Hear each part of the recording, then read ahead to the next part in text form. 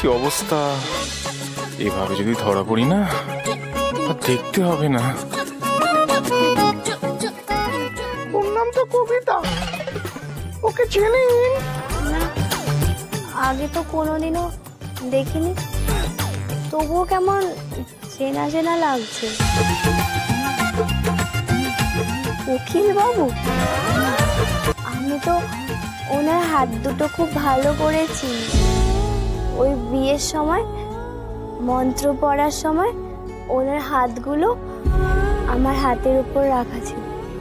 আমি তো ওই জন্যেই চিনে ফেলেছি।